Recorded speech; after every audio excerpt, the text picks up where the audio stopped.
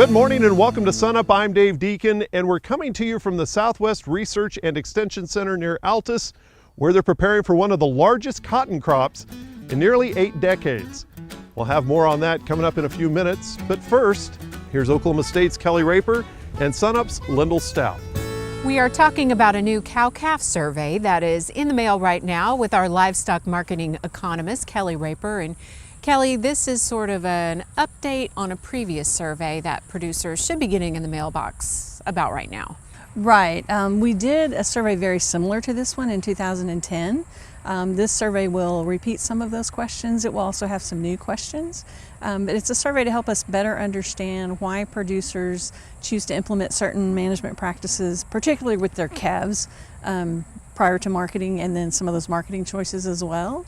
It's to help us understand, one, which practices they actually do implement, and two, why they do that, and for the ones they choose not to implement, why do they choose not to? So what constrains them from implementing those management practices that we tend to recommend? Tell us who you're working with, and then this goes back to researchers and extension folks at Oklahoma State to kind of plan ahead for the future, right? Right. So Dr. Darryl Pill is the primary collaborator with me on this survey, and we are cooperating with NASS to actually implement the survey and get that out to producers in the mail. But the survey is actually funded by Oklahoma Cooperative Extension Service, along with the Departments of Animal Science and Department of Agricultural Economics. And so what this survey is going to do is help us better understand, and it will facilitate research. It will facilitate educational programming that comes back to those producers so we can help them if there are practices they'd like to implement, but they're just not really sure of the timing, not really sure of the technique. We can put together some programming that helps them do that. And the team did this, as you mentioned, in 2010 and really got some good takeaways then to put into practice for extension programming around the state? Yes, and that's been very helpful to our county ag agents in particular, so they can actually come and look, and in their region they can see what practices producers are implementing, which ones tend to lag behind the state average, and they can look at what producers identified as the constraints to adoption, and they can put that programming into practice in their own counties. And we'll be curious to see the survey results and hear back from you when everything comes back. Great, we'll look forward to sharing that. Thanks, Kelly.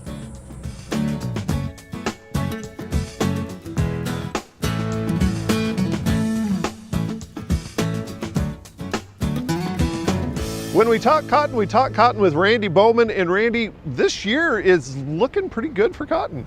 We have really been blessed again by the good Lord, Dave. I tell you what, this is the 3rd year in a row.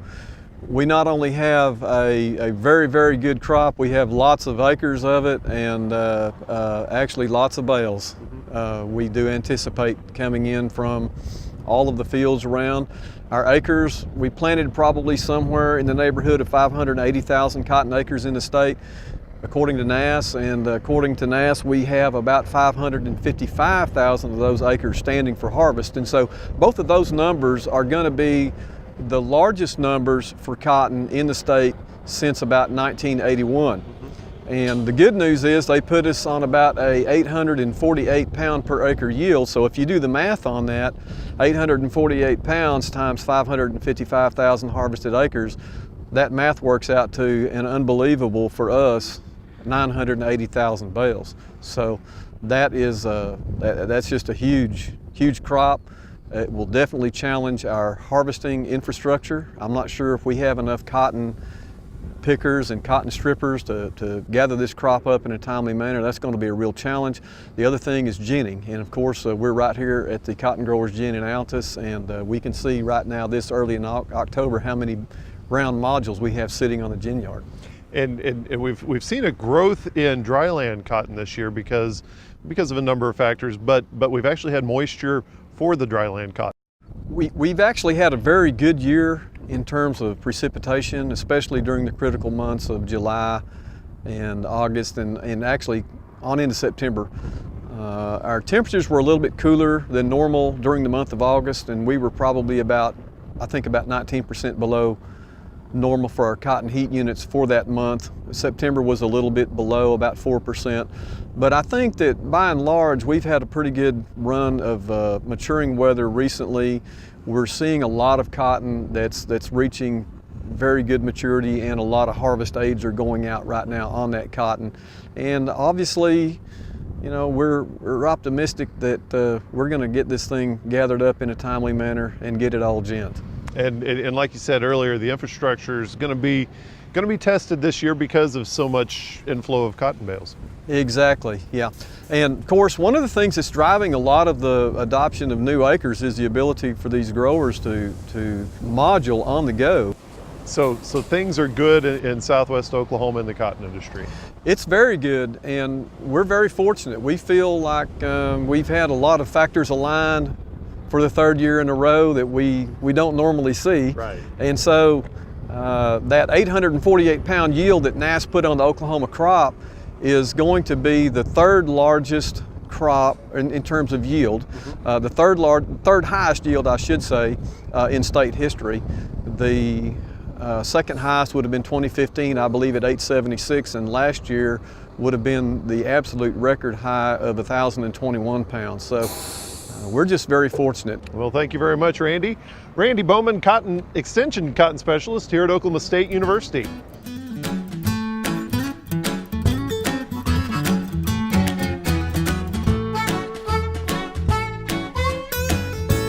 The cooler nights have helped bring down soil temperatures. Another round of rain will help cool soil even more. On Wednesday, the 3-day average 4-inch bare soil temperatures across Oklahoma were mostly in the 60s. Kenton, Boise City, Eva, Putnam, Weatherford, and Medicine Park had cooled into the 50s. Hugo and Idabel were the only sites with 4-inch bare soil temperatures in the 70s. Looking back to last weekend's rain, it was a light round. While we had rain over much of the state, it was only in the small green spots that rainfall amounts were over an inch. Fortunately, most Mesonet sites had rainfall amounts above a ½ inch. Weatherford had the highest rainfall last weekend, 1 13/100 inches.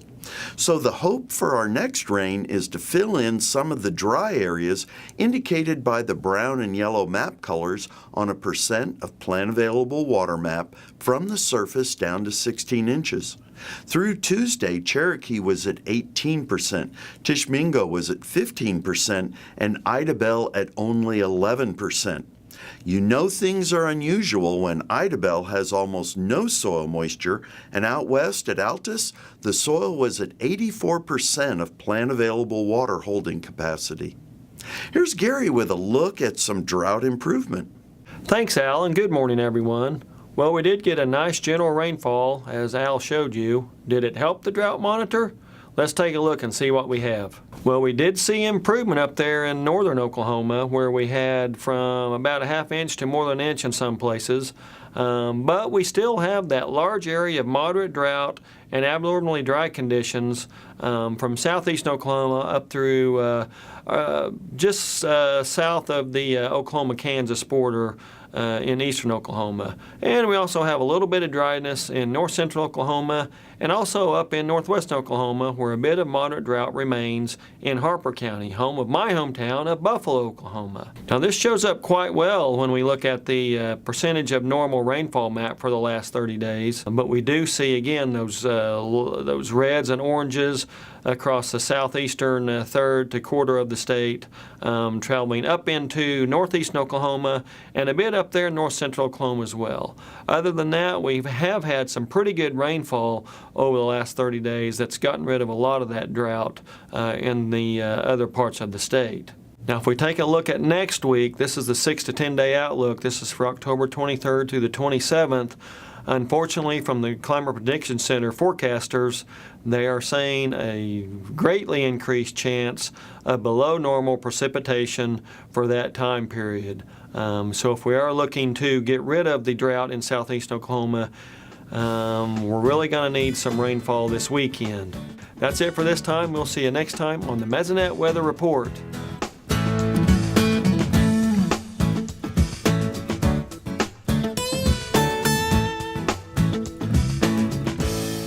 Potassium, one of the 3 macronutrients that we deal with on a regular basis in agriculture systems. It's macro because it's taken up in one of the largest quantities and is used in plant tissue. Potassium is important in the plant because it's used in the stomata. The stomata are those openings on the leaves that help control moisture. So if we have a potassium deficiency in season during a drought stress, the plant can't control the moisture regulation as well as it could if it had been well fertilized with potassium or had enough potassium.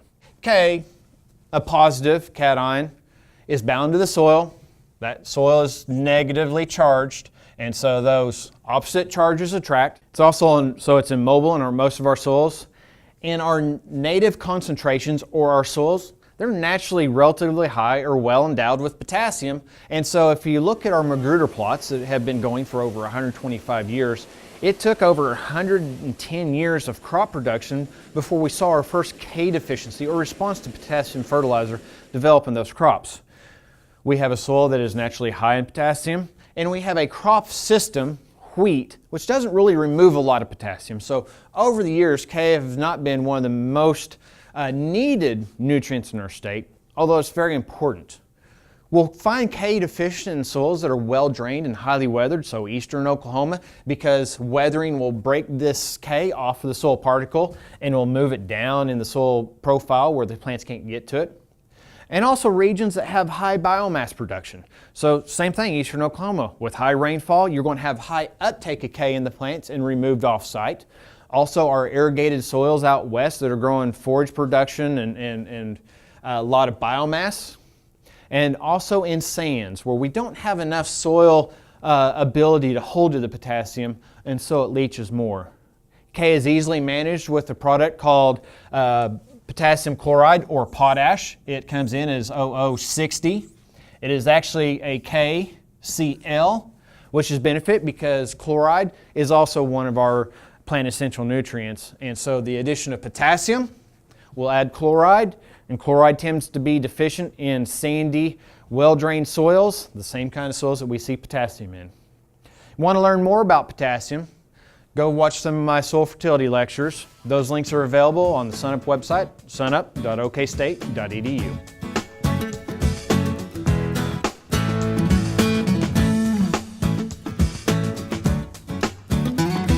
We're talking cotton with our grain marketing specialist, Kim Anderson. And Kim, we were just down in Altus talking about cotton down there. How is harvest looking out for overall with the state? Well, if you look around the state, the harvest is underway. On the last report this week, 11% of Oklahoma's cotton had been harvested. That compares to an average of 9%. So it's coming in and it's looking good. So what's the price looking like? Well, if you look at the price, it's running around 65 cents a pound.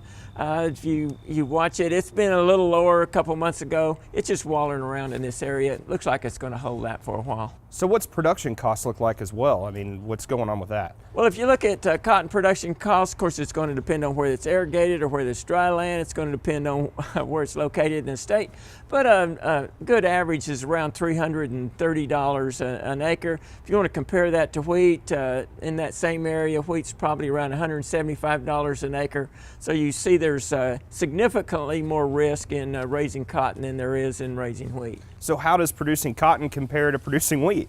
Well, if you look at that, you got to put a pencil to it, and yes, it's less operating capital for wheat.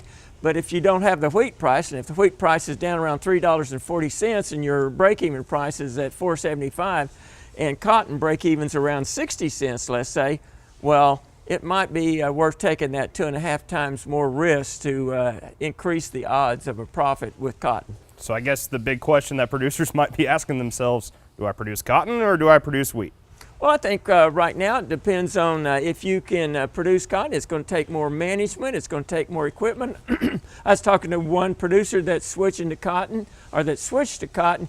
He was looking at that $600,000 cost of a cotton picker. So what he did is he bought used planters, and he already had the sprayer, so he can plant it, he can spray it, and he's going to get it custom harvested.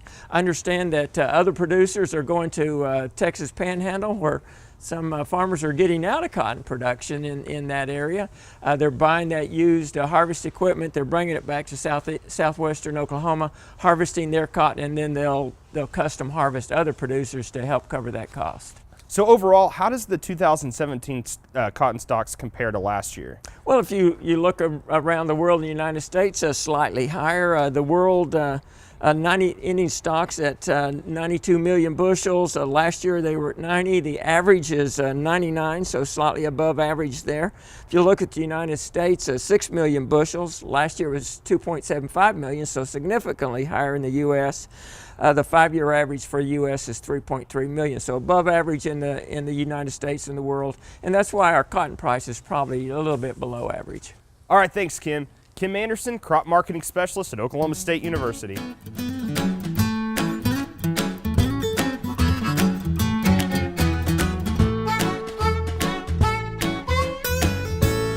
We're only about a month, maybe 45 days from the start of the fall breeding season. And for those herds that are going to use natural breeding with bulls, now is a good time to make sure that bull battery is ready to do the job for which we've purchased those bulls. First of all, if we're going to have multi-sire pastures, and by that I mean where more than one bull will be running in the same breeding pasture at the same time, I think it's important that we go ahead and put those bulls together now so that they go ahead and establish who's king of the mountain. They're going to do their normal amount of social interaction, deciding which one of those bulls is the dominant bull. Let's get that done ahead of time so that they're not fighting during the first part of the breeding season when we'd like to get a high percentage of the cows bred. If we're going to use both young bulls and mature bulls, I really suggest that we put the young bulls in together and the older bulls together rather than mixing them.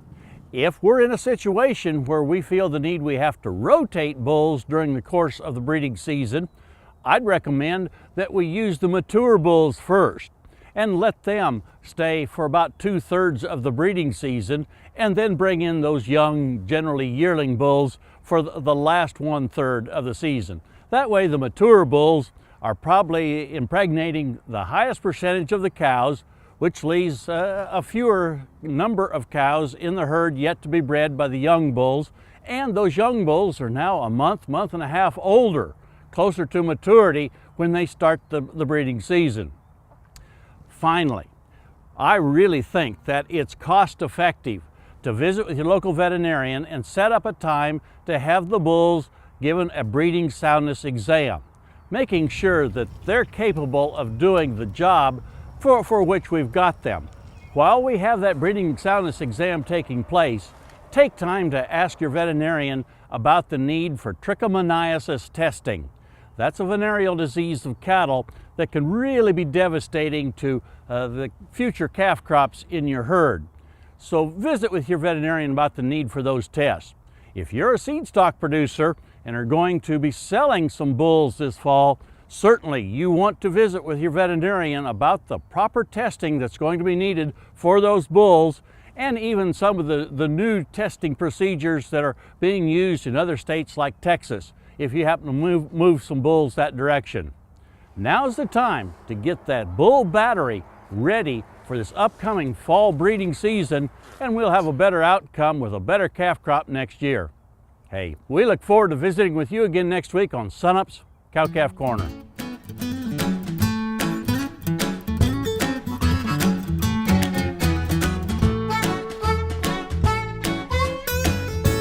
If I mention the word rabies, I think most people would have an image in their mind of this very aggressive dog with large amounts of drool coming from its mouth, snarling teeth, and attacking everything in sight, which is not a bad image if we think of the furious form of rabies.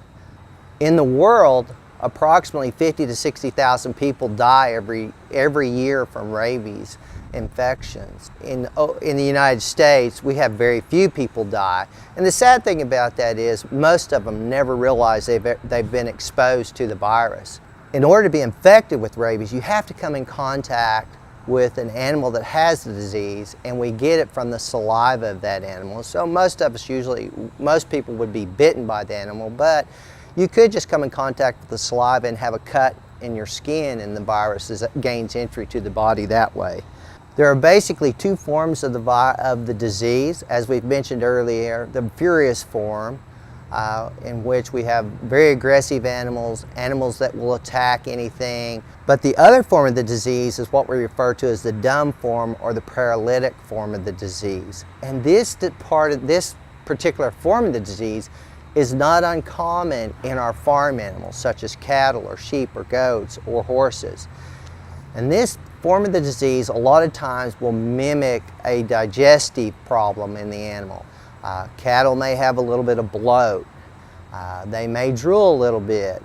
A lot of times people will think that the animal has something caught in its throat, and the next thing we know, we've got the mouth open, we're examining this mouth, maybe running our hand down their throat, try to find that object, when all along the animal has rabies and we're being exposed to that virus. The other thing is a lot of them will appear to be constipated, having problems defecating or urinating.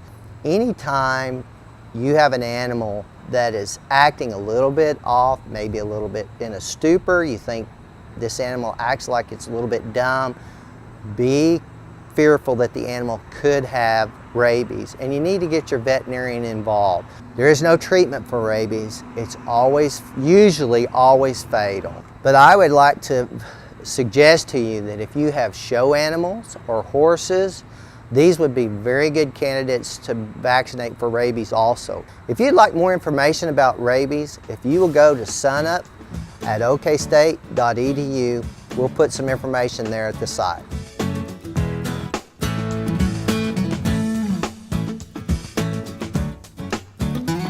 We hit the road to see how Oklahoma State University students are learning about agriculture firsthand. We're out here on a Saturday for one of the trips for my domestic agribusiness tours class. We've been doing this for several semesters now. It's a unique opportunity for our students in agribusiness to get out and see a lot of things from farms like we're out today to we do food processing companies, you name it. Today we've got to see a lot of different types of, fields and how, they run them and things like that. So it's been really interesting. Part of what we're trying to do is sort of show that big picture of agriculture and agribusiness broadly speaking, all the way from farms and basic production clear through to food processing and retailing foods. We try to cover, the basics, the wheat and cattle and other major cropping, but we've got horticultural crops, we've got forestry, we've got lots of natural resource issues. We visit the tall grass prairie, all kinds of things. We're going to visit a pecan farm later this fall. And so again, I try to make this a very broad-based course to sort of run the gamut. And in the process of doing that, we meet producers, we meet industry officials, we meet government agency representatives. So the students begin to not only understand those roles and those functions, but also begin to develop a network of connections. And that's part of what we're trying to do. We're standing right now on the Chisholm Trail, and so we're able to talk to our students about that history that goes back 150 years of the cattle drives through this region to what it is today in terms of modern farming that takes place in this area. Hearing more about it is kind of cool to know the difference of how things have, evolved, how you had to have cowboys on horses pushing these cows across, the country, and now it's just load them up in trucks and take them, so that's been something that's kind of interesting, is to see that. Most of the parcels of land that we're looking at today have been in my family since the late 1800s. This is where it all begins. I mean, so many times we may see some grain in a jar, which we showed them, but that's a long way down the road. Today we were able to look at a newly discovered infestation of insects in one of our crops, and you can say these are the battles, these are the reasons we need the new technologies and the new chemicals that are available to battle some of these things. So by having them out there or out here, I guess we're able to show them, this is really where the food begins, whether it's food for humans or it's food that will go into livestock that will then be consumed by humans. This is the beginning of it all. It's definitely been kind of eye-opening for me to see the different parts of Oklahoma since I've been here my whole life, and I haven't seen a lot of these different types of things.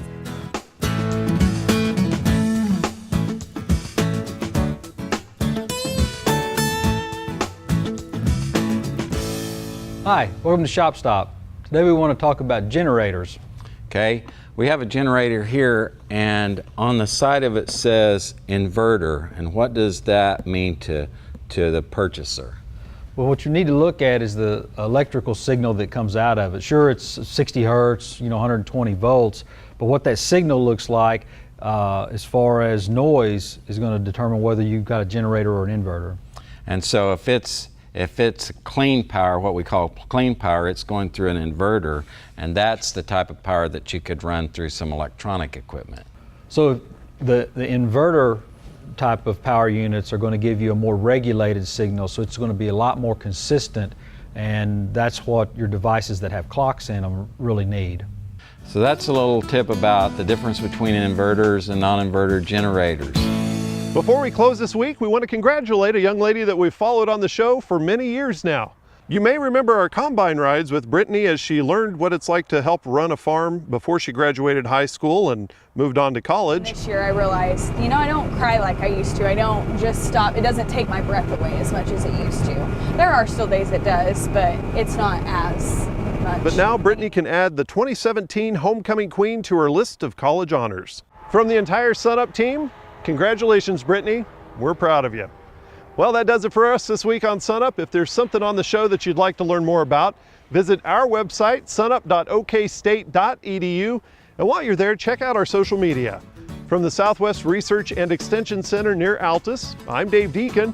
And remember, Oklahoma agriculture starts at SUNUP.